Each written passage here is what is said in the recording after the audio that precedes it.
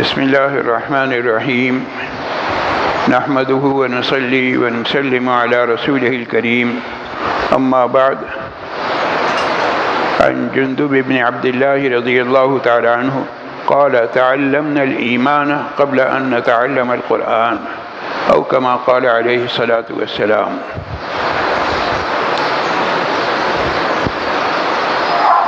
حضرات گرامی، ماہ مبارک اس کا ایک خاص رشتہ ہے قرآن کریم سے۔ مشہور آیت ہم بار بار سنتے رہتے ہیں کہ یہ وہ مبارک مہینہ ہے جس میں قرآن کریم نازل ہوا۔ تو ایک طرف ماہ مبارک جس میں قرآن نازل ہوا، اس کا تقاضا یہ ہے کہ زیادہ سے زیادہ گفتگو قرآن کریم سے متعلق کی جائے، اور دوسری طرف قرآن کریم سے تعلق تو بعد میں ہوگا۔ سب سے پہلی بات تو یہ کہ ایمان ہمارا کس درجے کا ہے۔ ایمان کے بھی درجات ہیں، معمولی درجے کا ہے، ضعیف قسم کا ایمان ہے، متوسط درجے کا ہے، یا اعلیٰ درجے کا ہے۔ ہم اپنے آپ کو ٹٹولیں کہ ہمارا ایمان کیسا ہے۔ تو آج کی گفتگو اس کا حاصل ہے ایمان اور قرآن کا رشتہ۔ صحابی رسول حضرت جندب بن عبداللہ رضی اللہ تعالیٰ عنہ بیان فرماتے ہیں کہ ہم نے ایمان کو پہلے سیکھا اور بعد میں قرآن کریم کو سیکھا۔ پہلے ایمان سیکھا، پھر قرآن سیکھا۔ ایمان پہلے سیکھنے کا کیا مطلب ہے؟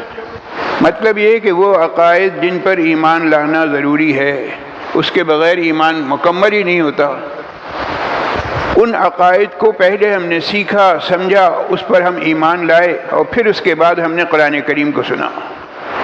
راوی بیان فرماتے ہیں کہ جب ہم آپ صلی اللہ علیہ وسلم پر ایمان لائے، آپ کی بتلائی ہوئی باتوں پر یقین کیا، اور یقین کرنے کے بعد قرآن کریم کی آیات کا ہمیں علم ہوا، تو ہم نے قرآن کو پڑھا، تو جو ایمان پہلے سے موجود تھا اس کی وجہ سے قرآن کریم کا صحیح معنوں میں ہمیں فائدہ ہوا، کامل اور مکمل فائدہ ہوا۔ آج ہم ذرا اپنے آپ کو ٹٹولیں کہ قرآن کریم الحمدللہ ہم پڑھ بھی رہے ہیں، سن بھی رہے ہیں، اور رمضان میں ہمارا رشتہ قرآن کریم سے مضبوط الحمدللہ ہو جاتا ہے، لیکن اس کے باوجود کیا ہمیں وہ فوائد حاصل ہو رہے ہیں، وہ فائدہ حاصل ہو رہا ہے جو حضرات صحابہ کرام رضوان اللہ تعالیٰ علیہم اجمعین یا تابعین، تبع تابعین، بعد کے ادوار میں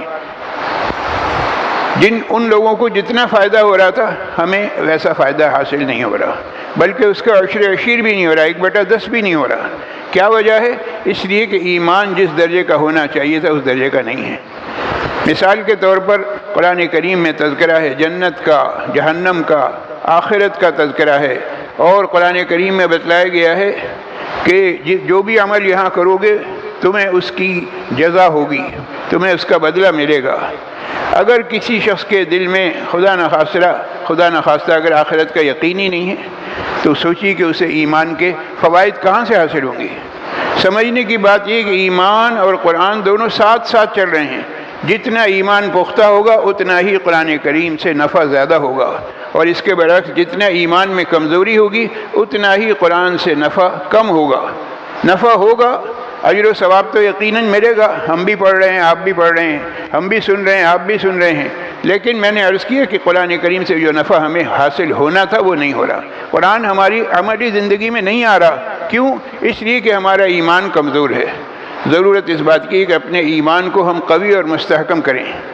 ایک شخص جب ایمان مجمل پڑھتا ہے، آمنت باللہ کما هو باسمائہ وصفاتہ وقبلت جمیع احکامہ، تو وہ اپنے زبان سے کہہ رہا ہے کہ میں ایمان لایا اللہ پر، وہ اللہ اس کی جیسی بھی صفات ہیں، کما هو باسمائہ، جیسے اس کے نام ہیں، اس کی صفات ہیں، مجھے اس کا علم نہیں لیکن میں ایمان لے آیا، اور میں نے وقبلت جمیع احکامہ، میں نے اللہ کے تمام احکامات کو قبول کر لیا۔ یہ نہیں کہ ایک حکم کو پکڑ لیا، ایک حکم کو چھوڑ دیا، جی کچھ دین پر عمل کر رہے ہیں، کچھ کو چھوڑ رہے ہیں، ایسے نہیں ہے۔ مکمل طور سے دین پر عمل کرنا ہے۔ اور اسی طریقے سے ایمان مفصل ہے، آمنت باللہ وملائکتہ وکتبہ ورسلہ والیوم الآخر والقدر خیرہ وشرہ من اللہ تعالی والبعث بعد الموت۔ یہ ایمانیات، یہ ہمارے ایمان کا حصہ ہے۔ ایک شخص جب کہتا ہے کہ میں ایمان لایا اللہ پر، اس کی کتابوں پر، اس کے رسولوں پر، اور قیامت کے دن پر اور تقدیر پر ایمان لایا، تقدیر چاہے اچھی ہو یا بری. اور میں نے اس بات کا اقرار کیا کہ یہ اللہ کی جانب سے ہوتی ہے. والقدر خیرہ وشرہ من اللہ تعالی.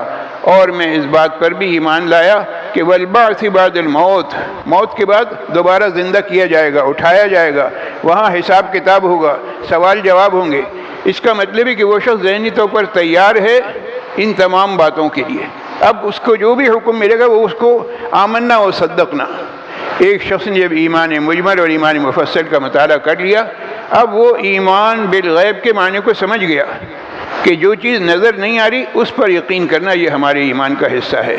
اور قرآن کریم جیسے ہی شروع ہوتا ہے ویسے ہی تعریف کی گئی الذین یؤمنون بالغیب. مسلمان کی تعریف یہی ہے کہ وہ غیب پر ایمان لاتا ہے. غیب کا کیا مطلب ہے؟ جو چیز نظر نہیں آ رہی ہے. حضرات صحابہ کرام رضوان اللہ تعالی علیہم اجمعین میں مختلف حضرات کی مختلف خصوصیات تھیں. ایک صحابی، ان کا نام ہے حضرت دحیہ کلبی رضی اللہ تعالی عنہ. بڑے وجی، بڑے خوبصورت، بڑے قداور، اور کہنا چاہیے کہ اٹریکشن تھا ان کی شخصیت میں. حضرت جبرائیل علیہ السلام حضور نبی کریم صلی اللہ علیہ وسلم کی خدمت اقدس میں جب حاصل ہوتے مجمع میں، تو کئی وقت حضرت جبرائیل علیہ السلام حضرت دحیہ کلبی کی شکل میں آیا کرتے تھے. ان کے قبول اسلام کا واقعہ سنیے. حضرت دحیہ کلبی قبیلے کے سردار تھے، اور وہ کوئی قبیلہ بھی معمولی قبیلہ نہیں تھا، بہت بڑا قبیلہ تھا. عرب کے قبائل میں قبیلے کا سردار ہونا بھی بڑی بات ہے، پھر کسی بڑے قبیلے کا سردار ہو، کیا کہنے. تو بہت بڑے قبیلے کے سردار تھے. اور جب ہدایت کا وقت آیا تو فرماتے ہیں میں حضور اقدس صلی اللہ علیہ وسلم کی خدمت اقدس میں حاضر ہوا اور میں نے اپنے گناہوں کا اقرار کیا. میں نے یہ کہا کہ کوئی برائی ایسی نہیں جو میں نے انجام نہ دی ہو، اور دیگر برائیوں کے علاوہ ایک بہت بڑی برائی ہے کہ میں نے 70 لڑکیوں کو اپنے ہاتھ سے دفن کیا ہے. اس قبیلے میں طریقہ یہ تھا کہ پورے قبیلے میں کسی کے ہاں بھی لڑکی اگر پیدا ہو جاتی تو اس کو جو دفن کرے گا وہ قبیلے کا سردار اپنے ہاتھوں سے دفن کرے گا. تو 70 لڑکیوں کو زندہ درگور کیا ہے. یہ میرا اعمال نامہ یہ ہے. اور اس کے بعد سوال کر رہے ہیں کہ کیا میری مغفرت ہو جائے گی؟ اللہ کے رسول صلی اللہ علیہ وسلم نے ارشاد فرمایا کہ ہاں بالکل ہو جائے گی. اس لیے کہ اصول یہ ہے کہ الاسلام یہدم ما کان قبلہ. پہلے جتنی بھی باتیں ہوئی، اسلام جب تم لے آئے تو وہ تمام باتیں ختم ہو گئیں. اب اسلام کی وجہ سے تمہارے سارے گناہ معاف ہو گئے. اب ذرا غور کیجئے، حضرت دحیہ کلبی رضی اللہ تعالیٰ عنہ اور دیگر صحابہ رضوان اللہ تعالیٰ علیہم اجمعین نے حضور اکرم صلی اللہ علیہ وسلم کی زبان مبارک سے جو بات سن لی، بلا کسی حیل و حجت کے اس بات پر یقین کر لیا. یہ ہے اصل ایمان. ورنہ ہوتا کیا ہے کہ آدمی نکتہ چین اور نکتہ رس بن جاتا ہے، عقل کے گھوڑے دوڑاتا ہے اور کہتا ہے واہ صاحب یہ کیا بات ہو گئی، اتنے گناہ کیے ہیں، اتنی لڑکیوں کو زندہ درگور کیا ہے، یہ کیسے معاف ہو سکتا ہے؟ یہ کیسے معاف ہو سکتا ہے؟ یہ الفاظ زبان سے ادا کرنا یہ اس بات کی علامت ہے کہ تم عقلی گھوڑے دوڑا رہے ہو. اور یہ عقلی گھوڑے دوڑانے والے صرف یہ نہیں کہ اس زمانے میں تھے، آج تک موجود ہیں. آج بھی ہمارے ماحول معاشرے میں ایسے لوگ پھیلے ہوئے ہیں جو لوگوں کو بجائے دین کی طرف لانے کے دین سے دور کرتے ہیں. عجیب عجیب نئے نئے فتنے ہیں، عجیب عجیب نئے نئے نکتے نکالتے ہیں اور لوگوں کو بجائے دین کے قریب لانے کے بجائے گائیڈ کرنے کے مس گائیڈ کرتے ہیں. اور ان کا خیال یہی ہوتا ہے کہ صاحب ہم جو کہہ رہے ہیں ہماری بات صحیح ہے. بھائی تم جو کہہ رہے ہو تمہاری بات کیسے صحیح ہو سکتی ہے؟ بات صحیح وہ ہوگی جو کہ حضرات صحابہ کرام رضوان اللہ تعالیٰ علیہم اجمعین کی تھی. قرآن کہہ رہا ہے فَإِنْ آمَنُوا بِمِثْلِ مَا آمَنْتُمْ بِهِ فَقَدْ اهْتَدَوْا. ایمان لاؤ تو ویسا ایمان لاؤ جیسے صحابہ لائے تھے. صحابہ والا ایمان اگر لاؤ گے تو فقد اہتدوا، تم نے ہدایت حاصل کر لی. اور اگر صحابہ والا ایمان نہیں ہے، غیر یقینی کیفیت والا ایمان قابل قبول نہیں ہے. تو میں نے جو گزارشات پیش کی ہیں ان کا خلاصہ یہ ہے کہ ہمیں اپنے ایمان کی فکر کرنی چاہیے، اپنے ایمان کا جائزہ لینا چاہیے کہ ہمارا ایمان کمزور ہے یا طاقتور ہے، اور ہم جو اعمال کر رہے ہیں ان اعمال سے ہمیں فائدہ ہو رہا ہے یا نہیں، دینی اعتبار سے روحانی اعتبار سے فائدہ ہو رہا ہے یا نہیں. اگر فائدہ ہو رہا ہے تو یہ اس بات کی علامت ہے کہ ہمارا ایمان صحیح ہے. اور اگر خدا نخواستہ فائدہ نہیں ہو رہا، ہم قرآن بھی پڑھ رہے ہیں، نماز بھی پڑھ رہے ہیں، عبادات بھی انجام دے رہے ہیں اور ہمیں وہ روحانی فوائد حاصل نہیں ہو رہے، تو اس کا مطلب یہ ہے کہ ہمارا ایمان کمزور ہے۔ اپنے اس کمزور ایمان کو قوی سے قوی تر کرنے کی فکر کرنی چاہیے۔ اللہ تعالیٰ اس کے مطابق مجھے بھی عمل کی توفیق نصیب فرمائے اور آپ تمام حضرات کو بھی۔ وآخر دعوانا ان الحمد للہ رب العالمین۔